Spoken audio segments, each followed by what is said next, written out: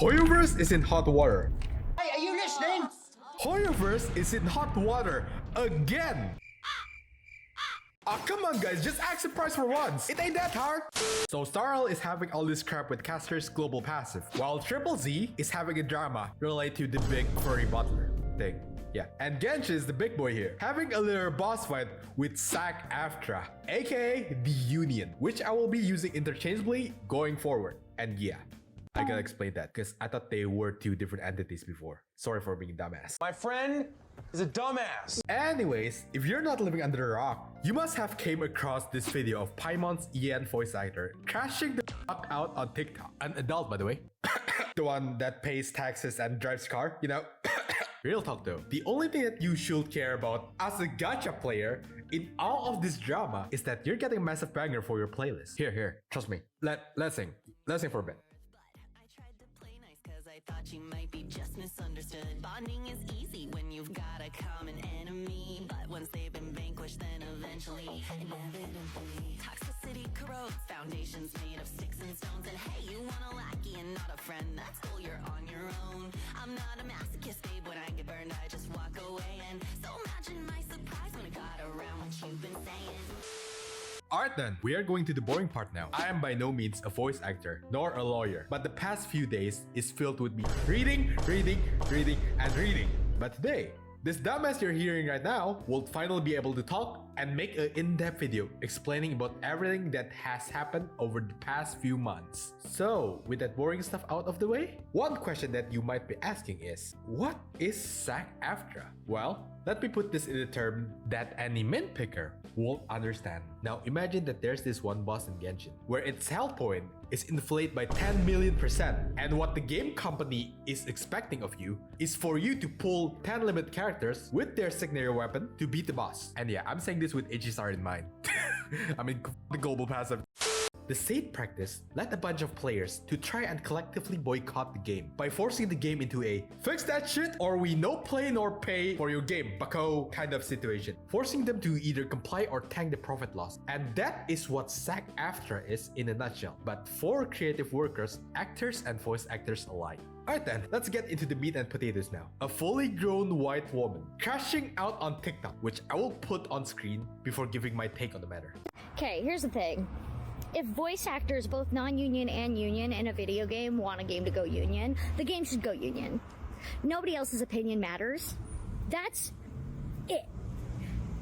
And YouTubers don't know anything. YouTubers don't know anything. They're not voice actors.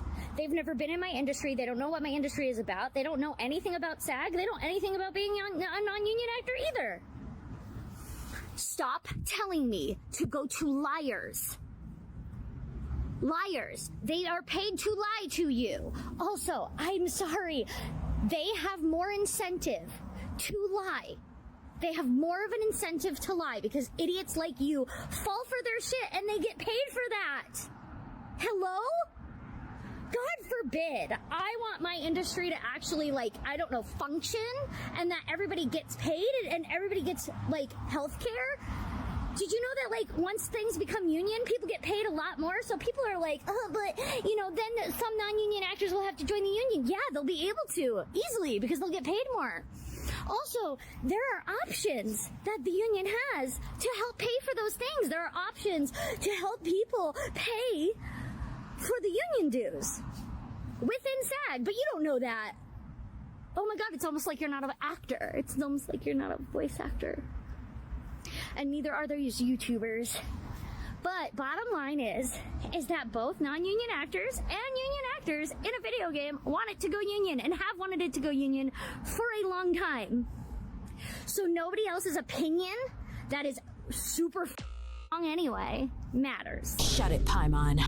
Like what was explained before, SAG AFTRA is basically working towards achieving for a greater good for a lot of people by trying to create an industry standard. But the union is a guild. It only protects the union members. Well, yes and no. Since the union is a non-profit entity, they will only grant benefits such as pension money, health insurances, financial security, and other stuff that will benefit union actors in the long run, since they're the one paying the money that let SAG AFTRA operates in the first place. So are you saying that the union doesn't give a shit about non-union actors? Well, no. Here's the thing. With each and every union members going on a strike, that will add up as bargaining chip to make a project and or companies to comply with voice actors' collective concerns / demands, hence creating something called a industry standard, which every voice actor, regardless of being union or non-union, will be able to benefit from. So what gives? Why is everybody making it seem like SAG AFTRA is like this one super diabolically evil entity? Well, to put it simply, it's because of these people in the union that do have the right spirit but antagonize people with how they are doing it. Namely this, and also this. But we'll get back into that later. I'm sure everyone knows that person. The one that speaks of the truth, but in the most antagonistic way.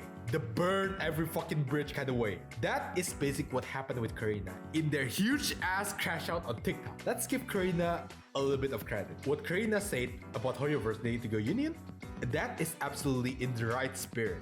Considering the history of labor in the United States, where capitalists will literally sell their workers' soul to the fucking devil for a measly $1. Unionizing could bring a ton of benefit. Better pay rates, AI protection, you name it. But the problem here is, when you follow that up by saying stuff like, nobody opinion fucking matter, that is not activism. That is just burning the goodwill so you can farm that clout and look morally superior on the internet for 2 fucking business days. Well, congrats. You won Twitter, but you lost everybody else. But you know what's funny? One time is funny, 2 times is fucking annoying, no? Boy, oh boy. We're in for a ride here. This person crashed out on TikTok, and now they claim that the video, which literally shows an embed of their fucking TikTok, is AI generated. I mean, sure, I will probably believe her, but where the fuck is SAO? And where the fuck is the nerve gear? Like, bro, it's still 2025. Crazy, right? I am losing all the brain cells that I don't even have in the first place. This is just plain stupid. Okay, back on topic. Here's the question for you. If Hoyoverse joined the union, it would quite literally solves the problem while bringing in a shit ton of benefits for their voice actors, right? Well, yes and no. Hoyoverse joining the union will guarantee that everyone gets paid just enough to support a proper living standard, and other voice actors can just join easily because they get paid more, just like what Karina said, right? Ideally, I would say yes. Is he stupid? Till you wake up one day seeing a $3,000 fee in your mailbox. Oh, and can't forget the annual fees and 1.6% of your covered earnings. Only on union work, by the way. And that right there is one of the concerns for a lot of non-union actors who literally just got their own reason for not going union.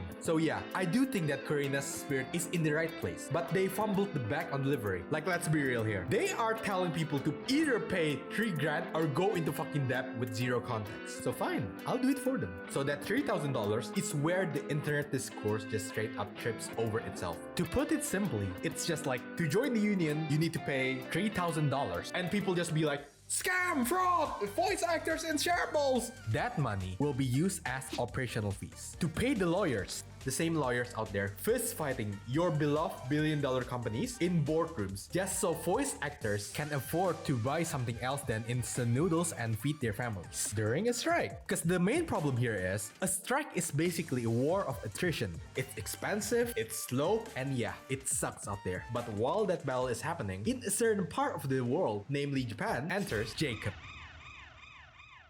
A father of 2 and just a chill guy who was offered a job, said yes, did his job, and went on Twitter saying, I'm honored to join the English cast of Genshin Impact as a voice of Kinich, carrying the flame from John, who did an incredible job, and I promise to give it my all out of respect for him, Hoyoverse, and for you, the fans. That tweet was so sweet, too sweet if I must say, that it caused this whole mess with all these voice actors crashing out and berating each others. I know, insane, right? But I promise you, the replies that he got are way more insane. This wasn't a passing of the torch. This is actually kinda diabolical. If you need money, at least take the role uncredited. You come up as an easy grab for clout.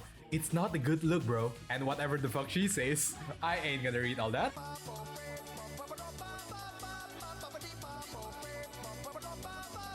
On a serious note though, I can't understand most of the sentiments coming from those tweets, because if you consider the existence of strikebreakers, aka scabs, as well as the long history of how companies will fuck you over for $10. The real question here is Jacob a scam? Answer is maybe. And again, maybe not.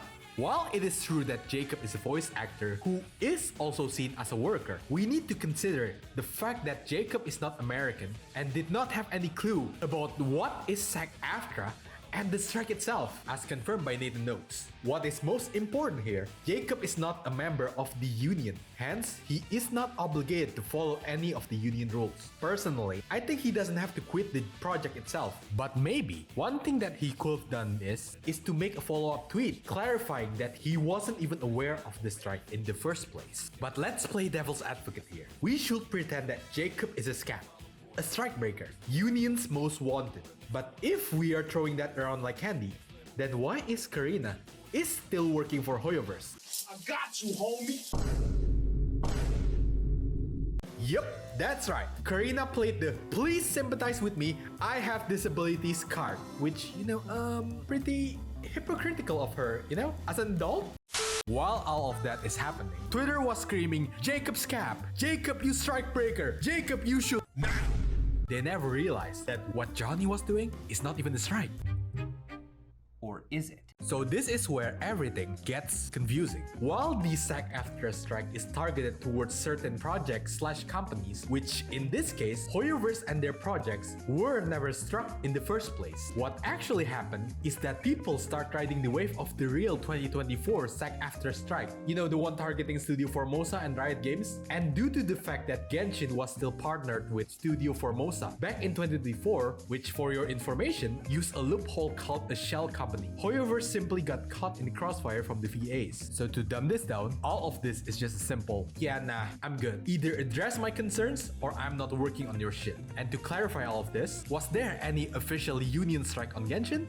No. Is Genshin a union project? Also no. And probably will never be one. Did Hoyoverse even pretend to be union friendly? Absolutely not. Should you agree with the sentiments of the striking VAs? Most definitely yes. Now you might be wondering, why is everyone acting like what John went through was some official union sanctioned strike? That is an easy question to answer. It's just the social media making it seem like it's official when it's not. SAG AFTRA, or the union, is actually out there trying to protect voice actors from the unethical use of AI. They are doing it for the sake of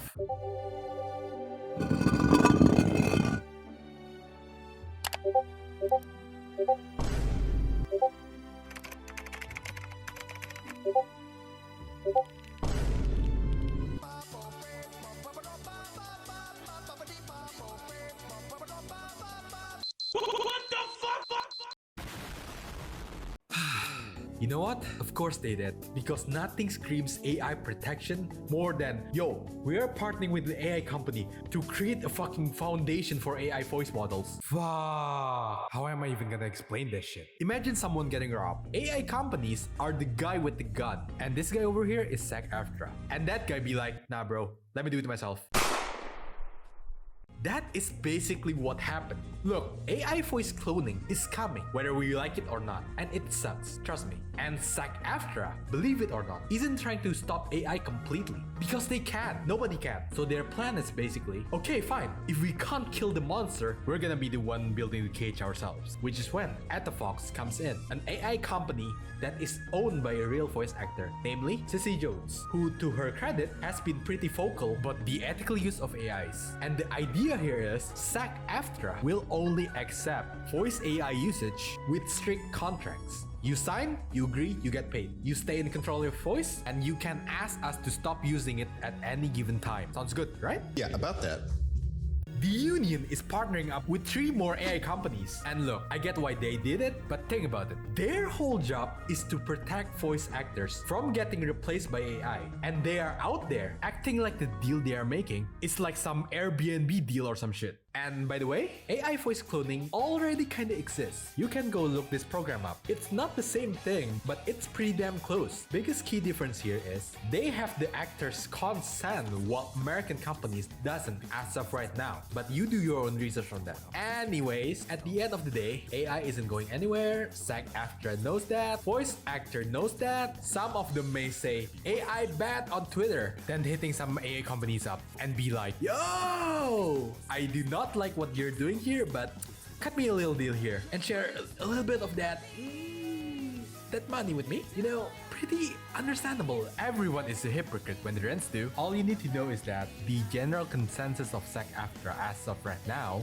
is that if AI is gonna be part of this industry, then we would rather have control over it and not let a billion-dollar company run wild with it. Read your contracts, get paid. If you gotta be a dumbass, be professional about it. Anyways, thank you for watching till the end, and I'll see you on the next video. Bye-bye!